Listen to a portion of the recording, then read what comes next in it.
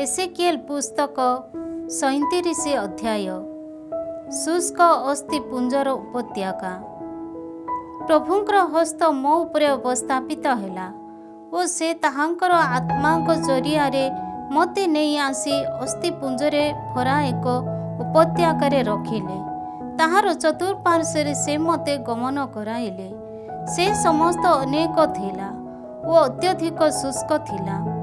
से मते पचारिले, हे मनुष्य पुत्र, ए समस्त अस्थि कौन जीवित होई पारिबो? तहु मु उत्तर देली, प्रभु हे ईश्वर, ताहा तुमको जଣା। से मते पुनराय कहिले, प्रवचन देई एही अस्थि पुंजकु कह, हे शुष्क अस्थि सकल, प्रभुंकर वचन शुण।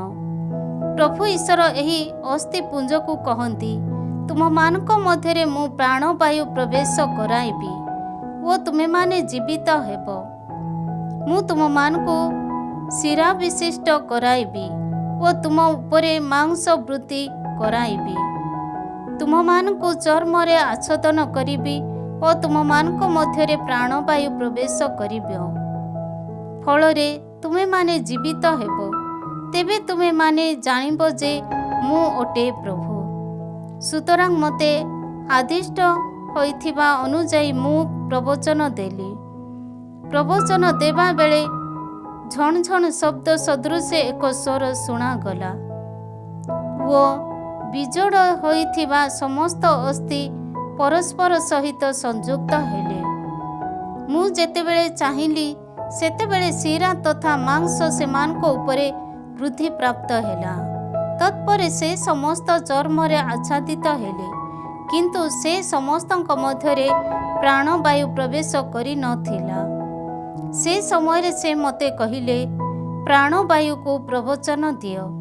हे मनुष्य पुत्र, प्राणवायु को प्रवचन देई कुह, प्रभु ईश्वर एहिपरि कहंती, हे प्राणवायु, चारोटी वायु प्रवाहरु आसी एही निहित लोकमानक उपरे प्रवाहित हुओ। सेमाने जीवित हुअन्तु। से मते जेपरि आदेश देले सेहीपरि मु प्रवचन देली। फलरे प्राणवायु सेमानक मध्यरे प्रवेश कला ओ सेमाने जीवित हेले। एक विराट सैन्य बाहिनी सदृश सेमाने उठी ठिया हेले। एहा परे से मते कहिले, हे मनुष्य पुत्र, ए समस्त अस्थि अटे समग्र इस्राएल गृह। सेमाने कहंती, आम्भमानकर अस्थि शुष्क होइछि, आमे भरोसारु वंचित, आम्भे माने संबुळे उच्छेदित। सुतरां सेमानकु प्रवचन दियो। प्रभु ईश्वर कहंती, हे मोर सृजन, तुममानकर कबर स्थली समूह खोली मु तुममानकु सेठाकु उठाइबी ओ इस्राएल देशको मु तुममानकु फेराई आनिबी। हे मोर सृजन, कबर स्थली समूह को खोली मु जेबे तुममानकु सेठारु उठाइबी, तेबे तुमे माने जानिबो जे मु अटे प्रभु। तुममानक अंतररे मोर आत्मा मु वास कराइबी ओ तो द्वारा तुमे माने जीवित हेबो। तुम स्वदेशरे मु तुममानकु वास कराइबी। प्रभु ईश्वर कहंती जे से समय रे तुमे माने जानिबो जे मु एहा प्रभु कही अछि ओ एहा करी अछि। 2 जष्टि। प्रभु मते कहिले, हे मनुष्य पुत्र, एक जष्टि नहीं सेथिरे जुदा ओ तार सहयोगी इस्राएल संतान मानक सकाशे बोली लेख। तत्परे अन्य एक जष्टि नहीं सेथिरे इफ्राइम जष्टि सदृश होइथिबा जोसेफ ओ तार सहयोगी समस्त इस्राएल गृह सकाशे बोली मध्य लेख। एहा परे उभयटी एक जष्टि होई पारुथिबा भଳି ସେହି ଦୁଇଟିକୁ ସଂଯୁକ୍ତ କରି ତୁମ ହସ୍ତରେ ଧର। ତୁମର ସୃଜନ ମାନେ ତୁମକୁ ପଚାରିବେ, ଏତଦ୍ୱାରା ତୁମର ଲକ୍ଷ୍ୟ ବା କ'ଣ, ଏହା କ'ଣ ତୁମେ ଆମ୍ଭମାନଙ୍କୁ ଜଣାଇବ ନାହିଁ?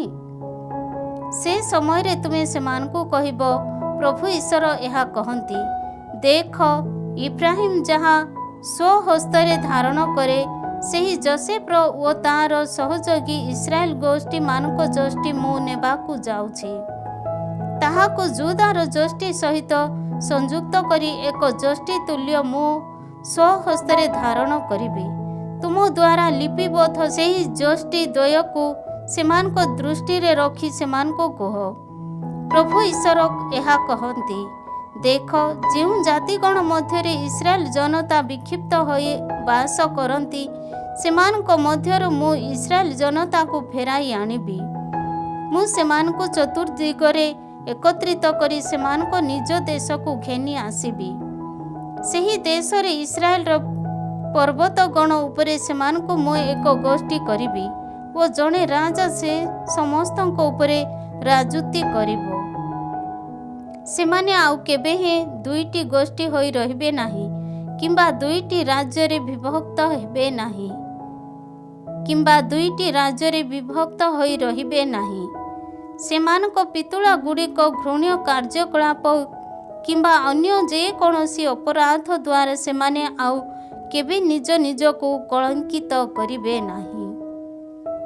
ଯେଉଁ ସମସ୍ତ ବସତିରେ ସେମାନେ ପାପ କରିଥିଲେ, ସେ ସମସ୍ତ ସ୍ଥାନକୁ ସେମାନଙ୍କୁ ରକ୍ଷା କରି ମୁଁ ଶୁଦ୍ଧପୂତ କରିବି। ଫଳରେ ସେମାନେ ମୋର ସୃଜନ ହେବେ ଓ ମୁଁ ସେମାନଙ୍କ ଈଶ୍ୱର ହେବି। ମୋର ଦାସ ଦାବିଦ ସେମାନଙ୍କ ରାଜା ହେବ। ସେ ସମସ୍ତଙ୍କ ପାଇଁ ଏକମାତ୍ର ମେଷପାଳକ ହେବ। ସେମାନେ ମୋର ଅଧ୍ୟାଦେଶ ଗୁଡ଼ିକର ଅନୁଗତ ହେବେ ଓ ମୋର ନିୟମାବଳୀ ପାଳନ କରିବା ପାଇଁ ପ୍ରୟାସୀ ହେବେ।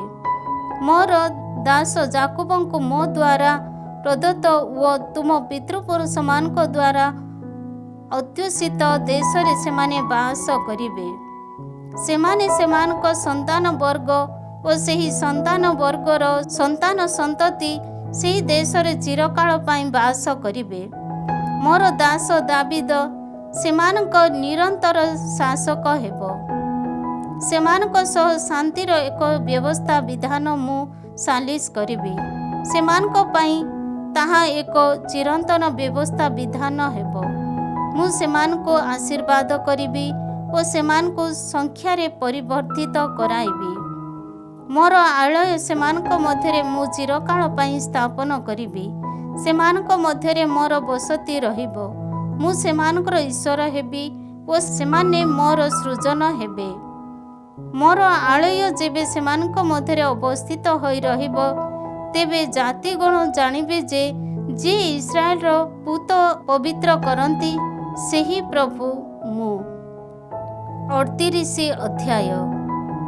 ମାଗୋଗର ରାଜା ଗୋଗ୍ ବିରୁଦ୍ଧରେ। ପ୍ରଭୁ ମୋତେ କହିଲେ, ହେ ମନୁଷ୍ୟପୁତ୍ର, ମାଗୋଗ୍ ଦେଶର ଗୋଗ୍ ଓ ମେଶେକ୍, ତୁବାଲ ପ୍ରଭୃତି ସ୍ଥାନମାନଙ୍କର ଶାସକମାନଙ୍କ ଆଡ଼େ ମୁଖ କରି ସେମାନଙ୍କ ବିରୁଦ୍ଧରେ ପ୍ରବଚନ ଦିଅ। ସେମାନଙ୍କୁ କୁହ, ପ୍ରଭୁ ଈଶ୍ୱର ଏହା କହନ୍ତି, ହେ ଗୋଗ୍ ଓ ମେଶେକ୍ ତଥା ତୁବାଲର ପ୍ରମୁଖ ଶାସକଗଣ, ମୁଁ ତୁମମାନଙ୍କର ବିପକ୍ଷ। ତୁମମାନଙ୍କୁ ଘୁରାଇ ତୁମମାନଙ୍କ ମୁଖ ଅଙ୍କୁଶ ଯୁକ୍ତ କରି ମୁଁ ତୁମମାନଙ୍କୁ ବାହାର କରିବି।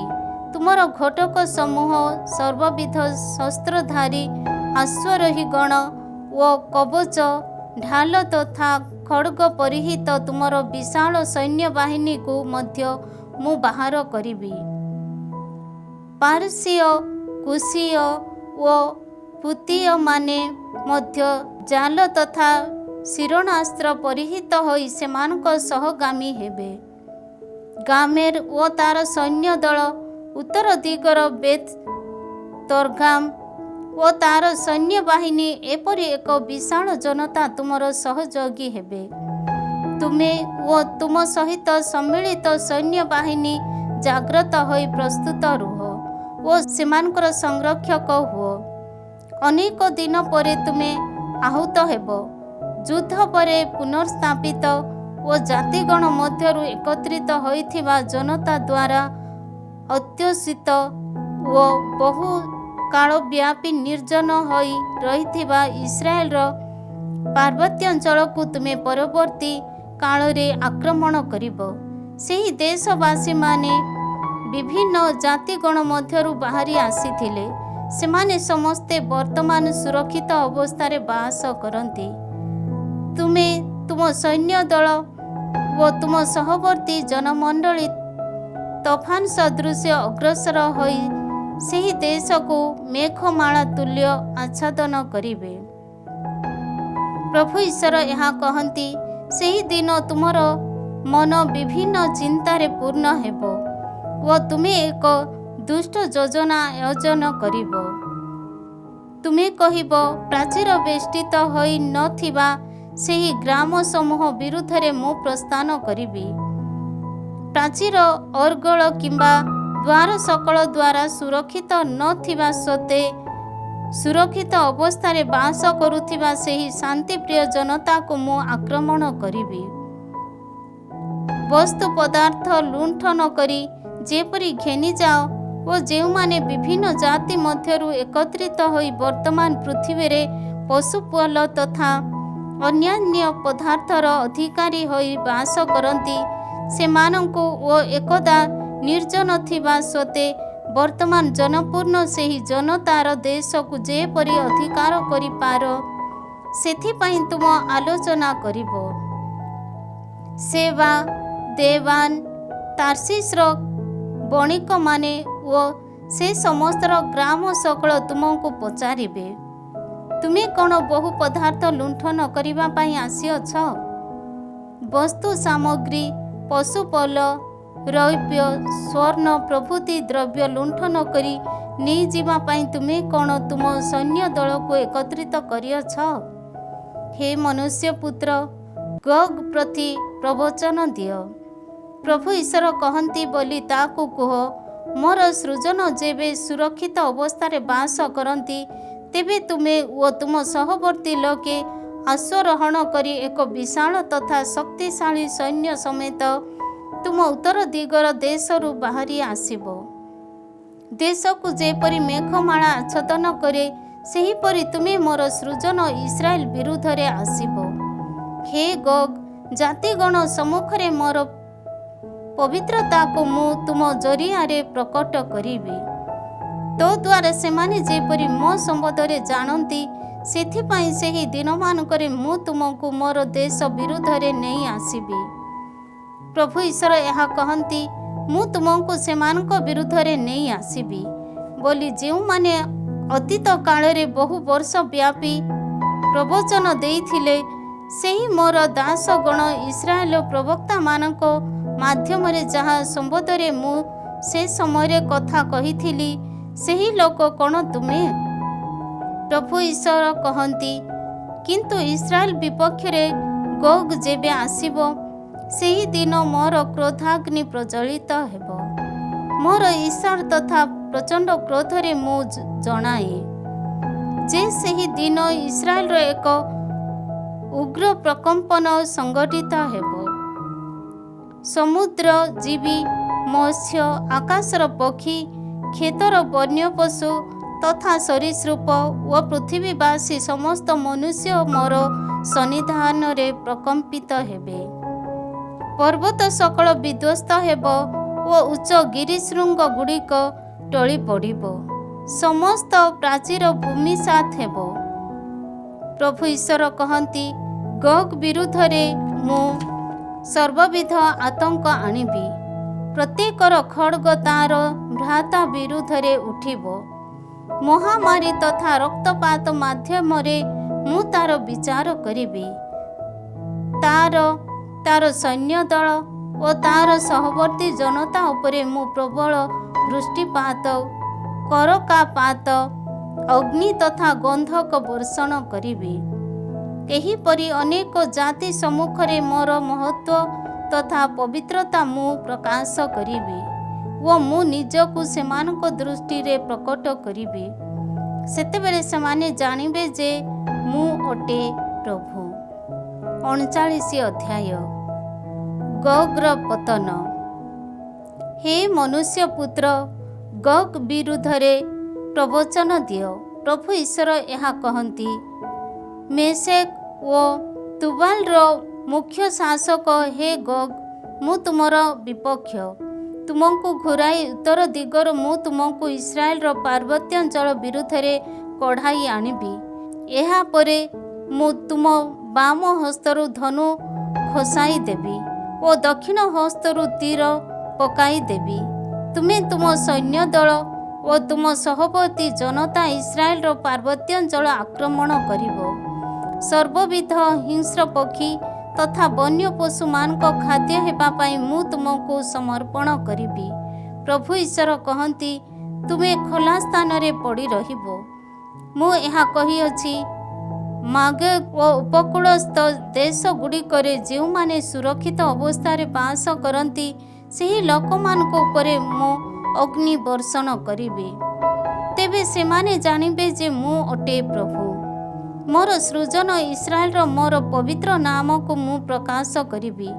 ମୋର ପବିତ୍ର ନାମକୁ ଅପବିତ୍ର ହେବା ପାଇଁ ମୁଁ କଦାପି ଅନୁମତି ଦେବି ନାହିଁ।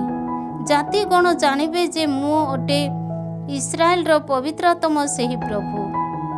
ପ୍ରଭୁ ଈଶ୍ୱର କହନ୍ତି, ଦେଖ ତାହା ଆସୁଥିବା, ତାହା ଅବଶ୍ୟ ଘଟିବ। ସେହି ଦିନ ସମ୍ବନ୍ଧରେ ହିଁ ମୁଁ କଥା କହିଅଛି। ସେ ସମୟରେ ଇସ୍ରାଏଲ ନଗରୀବାସୀମାନେ ବାହାରି ଆସି ଢାଲ, କବଚ, ଧନୁ, ତୀର, ଗଦା, ବର୍ଚ୍ଛା ପ୍ରଭୃତି ଅସ୍ତ୍ରଶସ୍ତ୍ର 7 ବର୍ଷ ବ୍ୟାପୀ ଅଗ୍ନିରେ ଜଳାଇବେ। କ୍ଷେତରୁ ଜାଳେଣୀ କାଠ ସଂଗ୍ରହ କରିବା କିମ୍ବା ଅରଣ୍ୟରୁ ସେ ସମସ୍ତ କାଟି ଆଣିବା ସେମାନଙ୍କ ପକ୍ଷରେ ଆବଶ୍ୟକ ହେବ ନାହିଁ, କାରଣ ସେମାନେ ସେହି ଅସ୍ତ୍ରଶସ୍ତ୍ରରୁ ନିଜ ନିଜ ପାଇଁ ଅଗ୍ନି ଜଳାଇବେ। ପ୍ରଭୁ ଈଶ୍ୱର ଏହା କହି ଅଛନ୍ତି, ସେମାନଙ୍କ ଲୁଣ୍ଠନକାରୀମାନଙ୍କୁ ସେମାନେ ଲୁଣ୍ଠନ କରିବେ ଓ ସେମାନଙ୍କର ଦ୍ରବ୍ୟଗୁଡ଼ିକ ଯେଉଁମାନେ ଅପହରଣ କରିଥିଲେ, ସେହି ବ୍ୟକ୍ତିମାନଙ୍କ ଠାରୁ ସେମାନେ ତାହା ଅପହରଣ କରିବେ। ସେହିଦିନ ଗୋଗ୍‌କୁ ମୁଁ ଇସ୍ରାଏଲ ଏକ କବରସ୍ଥଳୀ ପ୍ରଦାନ କରିବି। ସମୁଦ୍ରର ପୂର୍ବ ଦିଗର ସେହି ପଥିକମାନଙ୍କର ଉପତ୍ୟକା ତାହା ହେବ। ପଥିକମାନଙ୍କର ଯାତ୍ରା ପାଇଁ ତାହା ପ୍ରତିବନ୍ଧକ ହେବ, କାରଣ ଗୋଗ୍ ଓ ତାର ସହବର୍ତ୍ତୀ ଜନମଣ୍ଡଳୀ ସେଠାରେ ସମାଧିସ୍ଥ ହେବେ। ଫଳରେ ସେ ସ୍ଥାନ ହାମାନ ଗୋଗ୍ ନାମରେ ନାମିତ ହେବ। ସେମାନଙ୍କୁ କବର ଦେଇ ଦେଶକୁ ଶୁଦ୍ଧପୂତ କରିବା ସକାଶେ ଇସ୍ରାଏଲ ଗୃହ ପ୍ରତି 7 ମାସ ଆବଶ୍ୟକ ହେବ। ପ୍ରଭୁ ଈଶ୍ୱର କହନ୍ତି, ଦେଶବାସୀ ସମସ୍ତ ଜନତା ସେମାନଙ୍କୁ ସମାଧିସ୍ଥ କରିବେ। ଯେଉଁଦିନ ମୋର ମହତ୍ତ୍ୱ ମୁଁ ପ୍ରକାଶ କରିବି, ସେହିଦିନ ତାହା ସେମାନଙ୍କ ପ୍ରତି ଶ୍ରଦ୍ଧାର କାରଣ ହେବ। ଯେଉଁ ମୃତ ବ୍ୟକ୍ତିମାନେ ପୃଥିବୀରେ ଅବଶିଷ୍ଟ ରହନ୍ତି, ସେମାନଙ୍କୁ କବର ଦେବା, ସେହିପରି ଦେଶକୁ ଶୁଦ୍ଧପୂତ କରିବା ସକାଶେ ଦେଶ ଦେଇ ନିରନ୍ତର ପରିଭ୍ରମଣ କରି ସେମାନେ ଲୋକମାନଙ୍କୁ ନିୟୋଜିତ କରିବେ। ସେହି 7 ମାସର ପରିସମାପ୍ତି ପରେ ସେମାନେ ପୁନରାୟ ସନ୍ଧାନ କରିବେ। ଦେଶ ଦେଇ ପରିଭ୍ରମଣ କରିବା ବେଳେ ସେମାନେ ଯଦି କୌଣସି ବ୍ୟକ୍ତିର ଅସ୍ଥିପୁଞ୍ଜ ଦେଖିବାକୁ ପାଆନ୍ତି, ତେବେ କବର ଦେଇଥିବା ଲୋକେ ଯେପରି ସେମାନଙ୍କୁ ହାମାନ ଗୋଗ୍ ଉପତ୍ୟକାରେ କବର ଦେଇପାରନ୍ତି, ସେଥିସକାଶେ ତାହା ସମୀପରେ ଏକ ସଙ୍କେତ ରଖିବେ। ଫଳରେ ସେହି ନଗରୀ ହାମାନ ନାମରେ ଅଭିହିତ ହେବ। ସେମାନେ ଦେଶକୁ ଏହିପରି ଶୁଦ୍ଧପୂତ କରିବେ।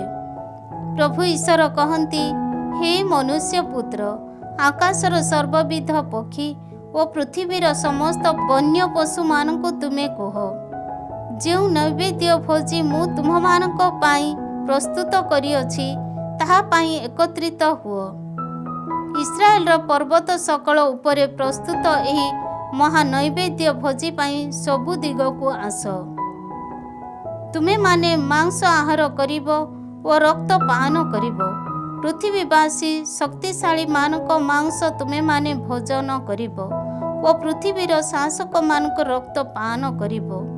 ତୁମେମାନେ ବେସାନର ହୃଷ୍ଟପୃଷ୍ଟ ପୁଙ୍ଗ୍‌ମେଷ, ମେଷଶାବକ, ଛାଗ ତଥା ବୃକ୍ଷ ସକଳ ଦ୍ୱାରା ଆପ୍ୟାୟିତ ହେବ।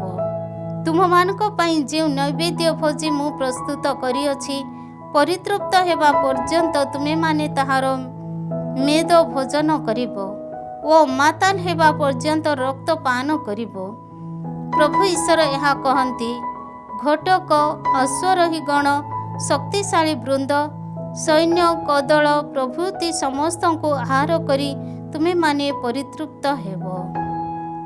ଇସ୍ରାଏଲର ଉଦ୍ଧାର। ଜାତି ସମୂହ ମଧ୍ୟରେ ମୋର ମହତ୍ଵ ମୁଁ ପ୍ରକାଶ କରିବି। ମୋ ଦ୍ୱାରା ଜାରି କରାଯାଇଥିବା ବିଚାର ତଥା ସେମାନଙ୍କ ଉପରେ ନିପତିତ ମୋର ହସ୍ତ ସମାପ୍ତ ଜନତା ଦେଖିବାକୁ ପାଇବେ। ସେହି ଦିନଠାରୁ ଇସ୍ରାଏଲ ଗୃହ ଜାଣିବ ଯେ ମୁଁ ଅଟେ ପ୍ରଭୁ ସେମାନଙ୍କ ଈଶ୍ୱର। ଯେହେତୁ ଇସ୍ରାଏଲ ଗୃହ ମୋ ବିରୁଦ୍ଧରେ ବିଦ୍ରୋହାଚରଣ କଲା, ସେହେତୁ ମୋର ମୁଖ ସେମାନଙ୍କ ସମ୍ମୁଖରୁ ଲୁଚାଇ ରଖି ମୁଁ ସେମାନଙ୍କୁ ଶତ୍ରୁମାନଙ୍କ ହସ୍ତରେ ସମର୍ପଣ କଲି। ସମସ୍ତ ଜନତା ଜାଣିବେ ଯେ ତୋ ଦ୍ୱାରା ସେମାନେ ଖଡ୍ଗର ଖାଦ୍ୟ ହେଲେ ଓ ସେମାନେ ସେମାନଙ୍କ ନିଜ ଦୋଷ ଯୋଗୁଁ ବନ୍ଦୀ ରୂପେ ନିର୍ବାସିତ ହେଲେ। ସେମାନଙ୍କ ଅଶୁଦ୍ଧତା ଓ ଅପରାଧ ସମୂହ ଅନୁରୂପେ ମୁଁ ସେମାନଙ୍କ ପ୍ରତି ଆଚରଣ କଲି ଓ ସେମାନଙ୍କ ସମ୍ମୁଖରୁ ମୋର ମୁଖ ଲୁଚାଇ ରଖିଲି। ସୁତରାଂ ପ୍ରଭୁ ଈଶ୍ୱର କହନ୍ତି, ଯାକୋବର ଐଶ୍ୱର୍ଯ୍ୟ ମୁଁ ପୁନଃ ସ୍ଥାପନ କରିବି ଓ ସମଗ୍ର ଇସ୍ରାଏଲ ଗୃହ ପ୍ରତି କରୁଣା ପ୍ରଦର୍ଶନ କରିବି। ମୋର ପବିତ୍ର ନାମ ପ୍ରତି ମୁଁ ଐଶ୍ୱର୍ଯ୍ୟ ପ୍ରଦର୍ଶନ କରିବି। କେହି କେବେ ସେମାନଙ୍କୁ ଭୀତତ୍ରସ୍ତ କରିବ ନାହିଁ ଓ ସେମାନେ ଯେବେ ସୁରକ୍ଷିତ ଅବସ୍ଥାରେ ସ୍ୱଦେଶରେ ବାସ କରିବେ, ତେବେ ସେମାନଙ୍କ ଅପମାନ ଓ ମୋ ବିରୁଦ୍ଧରେ ସେମାନଙ୍କ ଦ୍ୱାରା ସାଧିତ ବିଦ୍ରୋହ ସେମାନେ ବିସ୍ମରି ଯିବେ। ଜାତିଗଣ ମଧ୍ୟରୁ ମୁଁ ସେମାନଙ୍କୁ ଫେରାଇ ଆଣିବି ଓ ସେମାନଙ୍କ ଶତ୍ରୁମାନଙ୍କ ରାଜ୍ୟଗୁଡ଼ିକରୁ ସେମାନଙ୍କୁ ଏକତ୍ରିତ କରିବି। ସେହିପରି ସେମାନଙ୍କ ଜରିଆରେ ଜାତିଗଣ ମଧ୍ୟରେ ମୋର ପବିତ୍ରତା ମୁଁ ସମର୍ଥନ କରିବି। ସେତେବେଳେ ସେମାନେ ଜାଣିବେ ଯେ ମୁଁ ଅଟେ ପ୍ରଭୁ ସେମାନଙ୍କ ଈଶ୍ୱର। କାରଣ ଜାତି ସମୂହ ମଧ୍ୟରେ ପ୍ରବାସ ଜୀବନ ଯାପନ କରିବାକୁ ମୁଁ ସେମାନଙ୍କୁ ପଠାଇଲି ଓ ତତ୍ପରେ ସେମାନଙ୍କୁ ସ୍ୱଦେଶରେ ଏକତ୍ରିତ କଲି। ସେହି ଜାତିଗଣ ମଧ୍ୟରେ ସେମାନେ ଯେପରି ଅଧିକ ଦିନ କାଳାତିପାତ କରନ୍ତି, ସେଥିସକାଶେ ମୁଁ ସେମାନଙ୍କୁ ସେଠାରେ ଛାଡ଼ିଦେବି ନାହିଁ। ସେମାନଙ୍କ ସମ୍ମୁଖରୁ ମୋର ମୁଖ ମୁଁ ଆଉ କେବେ ହିଁ ଗୁପ୍ତ କରି ରଖିବି ନାହିଁ। କାରଣ ପ୍ରଭୁ ଈଶ୍ୱର କହନ୍ତି ଯେ ମୋର ଆତ୍ମାକୁ ମୁଁ ଇସ୍ରାଏଲ ଗୃହ ଉପରେ ଢାଳି